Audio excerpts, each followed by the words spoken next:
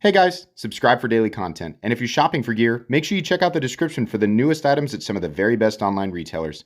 There's also links for some of the items that I personally recommend. Thanks!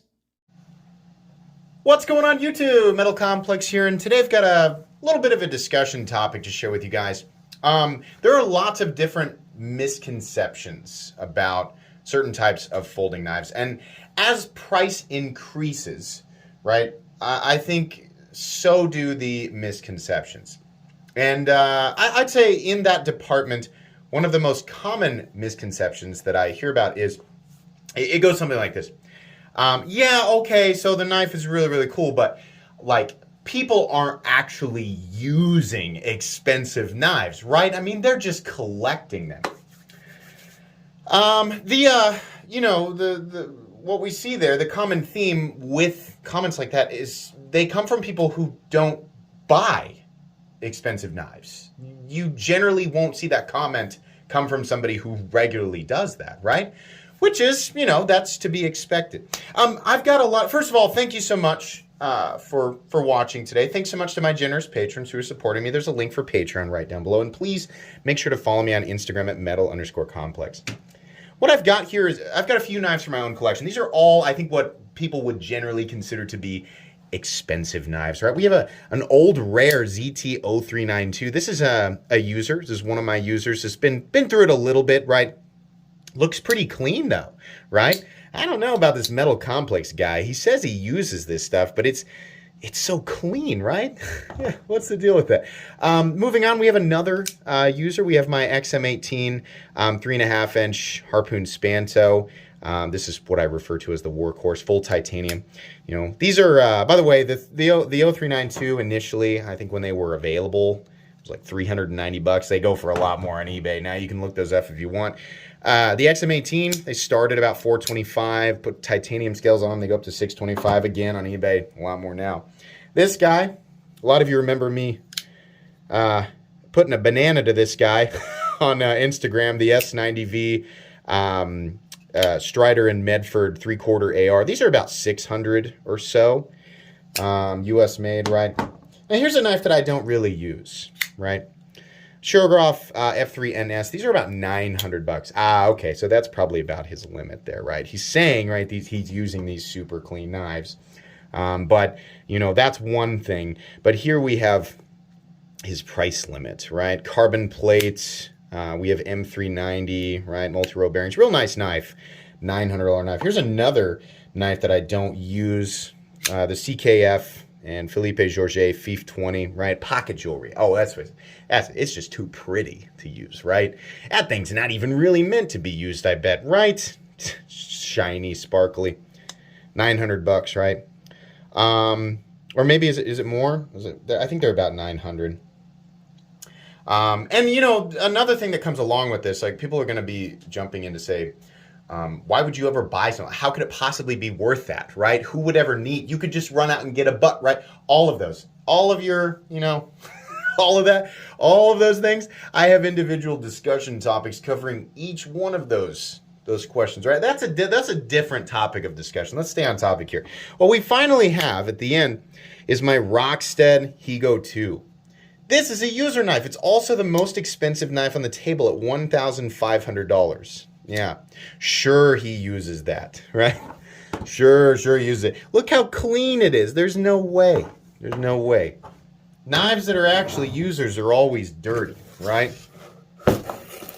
There's no possible way that he would take that knife and use it for anything serious, right? I mean, I'm sure that blade probably only ever cuts loose threads or, just simple things. Maybe he takes a piece of paper and just, slices it up on screen, right? Well, that's just cardboard, okay? That's just cardboard. That's not even that great. Cardboard has clay in it. It's actually pretty rough on a blade, right? So are plastic ties. Gosh, they can be real nasty on a blade. Oh, man, I couldn't imagine what that would do to, such a beautiful blade. It can't be good for it, right? Okay, well, that's just plastic ties, Metal Complex. That's not really that dense of a material. It couldn't really do that much damage to it. You're not really proving that you use your knives, right? I mean, you have to actually cut into something that would be perceived as, you know, damaging to the blade. I mean, this stuff that you're saying that you cut, right? And then also, you know, that's not, there's no way, like if you actually used it to cut something up that we would perceive as, you know, hard on the blade, it's not possible that the blade could still look good afterwards. We just don't believe you. Guys, people do use expensive knives. And, you know, after all that, something that's, you know, well, again, because this type of comment, it comes from people who don't have experience with these things. When you see this in the comment, first off, if you made it to this far into the video, right, there are lots of people watching right now who own expensive knives and use them, right? A lot of people who do, you're laughing. I'm sure you're laughing along with me going, yeah, it's just, I mean, if you don't, and this is not a flex. This is not me trying to be like, oh, you just don't know because you have. The problem is, the barrier is that they're expensive. Of course we're going to get comments like that because people don't know that. Not everybody's just going to fork over that type of money. I can't do that either. I have to sell things that are already in my collection. Like if I want to make a purchase like this, I have to sell things that I've been collecting for years, right? I'm not rich. I can't just do that, right? But these misconceptions come from, you know, inevitably large populations of people who don't have experience with this stuff because it is expensive. That's where this comes from. So if you are a person who is watching right now and you have been collecting and climbing the ladder and you've gotten into, I mean, yeah, is it scary to use something expensive initially as soon as you get it? Well, yeah, you spend a lot of money on it, right? But eventually, for those of you who know what it's like to climb this ladder, eventually you get curious. And you start to ease into it. You start to carry some of the nicer stuff. Then you start to cut a few things. Then you start to just kind of openly use it. I'd like to actually hear your stories. Leave them down in the comment section, not just for me, but for everybody else who doesn't believe. Because those people, again, are just going to be watching this going, okay, so Metal Complex does, but nobody else is, right? It's still, most people who are buying these knives, they're just collecting them. They're not using them. Please, leave comments down below. Let people know. This is a real thing. And afterwards, a knife like this that is expensive and is made to do that type of work, it's not necessarily made to do this, right? But is it capable of being pushed into, oh, this is going to make people cringe, ooh, pushed into plastic and then twisted around, right? Well, no, it's meant to slice, right? So doing things like that, you would assume it's going to eat up the blade. These expensive knives that really, you know, there's a lot of work that goes into the edge and the blade and the heat treatment. This is a convex ground, mirror polished ZDP 189 blade that has been hardened to about 68 Rockwell. So is it designed to take out and abuse the crap out of? Well, no, it's designed to cut continuously, to do knife tasks for long periods of time.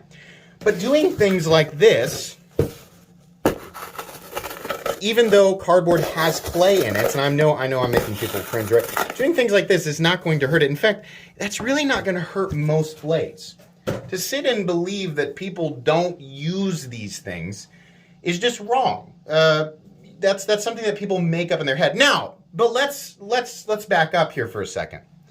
Let's ask the more important question. The people who buy this stuff, because there are people out there who, like me, collect knives. We use some and we don't use some, right? The price, how much I spent on the knife. This is one of the most expensive knives in my collection, but there are plenty of knives that cost less than this thing that I don't use, right? So, for people like me who do like to collect knives and use some and not use others, should we really be subjecting them to our opinions on what they do or don't do with their own stuff? I've made so many videos about this. The answer is no. No one is sitting around on their collections going, gee, I'd sure like to hear what everyone's opinion is on what I do with my own stuff. It doesn't matter. There are so many, so many silly things that people in the knife community do and say. And it cracks me up to see it. I feel, like my channel comes under scrutiny for this or that all the time. People assuming one thing or another, or assuming like I might not know because I might not use my knives, or, it's easy to sit and talk about a super expensive object that's just sitting there and not actually being used. But so I thought, this would be a good point of reference for a lot of people. If you're watching this video in the future, I probably linked it to you because you left some comment, like that. But not only do I want people to know, yes, I do use my stuff, but it's also commonplace for other knife people who have ventured into this territory to use stuff like this. It's really not all that crazy once you climb into whatever. I'm not talking about just this area, right? I'm saying whatever you consider to be expensive. There was a time where I wouldn't spend more than $50 on a pocket knife, and when I finally did, I didn't want to use it because it was too pretty and too expensive. A $50 pocket knife.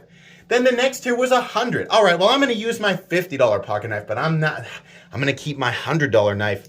I'm going to keep that pretty. And then it was $200, and then it was $250, and then it was $400, and then it was $500, and then it was $800, and then it was $1,000. Not everybody climbs that same ladder, right? There is no specific universal territory of too expensive to use, too pretty to use. That is an individual perspective thing. People who continue to climb the ladder, what is almost perfectly universally true, people who continue to climb the ladder, whatever the last step on the ladder was becomes your comfort zone for use. And the new step, right? The next step you've gone up. Anybody who's afraid of heights, this is gonna make perfect sense. That next step up is the scariest one you've experienced so far, right? So that's where you get to.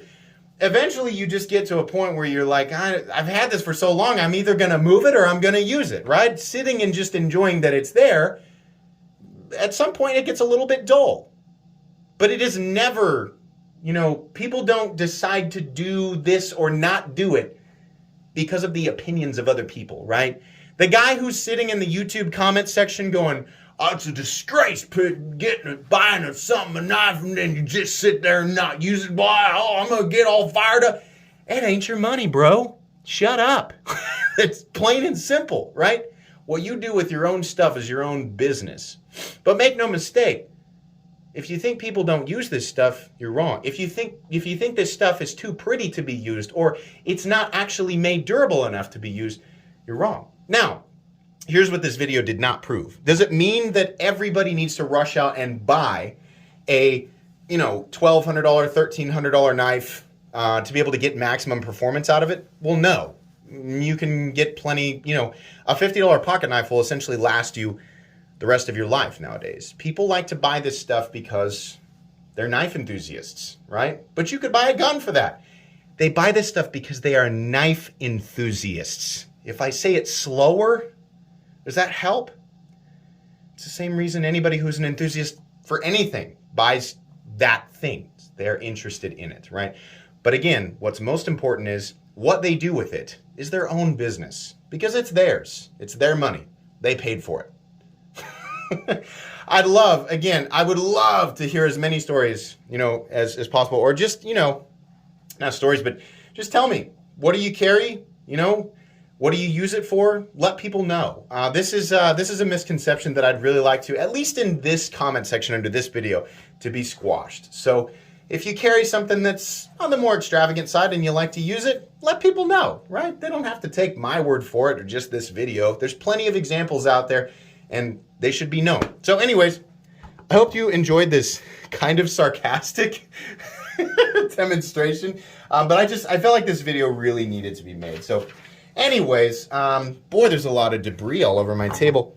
That's going to be pretty much it. Make sure you follow me on Instagram at metal_complex. If you enjoyed this video, leave a like. If you'd like to check out my other content, I do, of course, have lots of videos of knives. They're either expensive or inexpensive that I do or don't like, so check those out. If you enjoy all my content, go ahead and click on that Metal Complex logo right there and subscribe because there's definitely more coming. Thanks again for watching, everybody, and have a great day.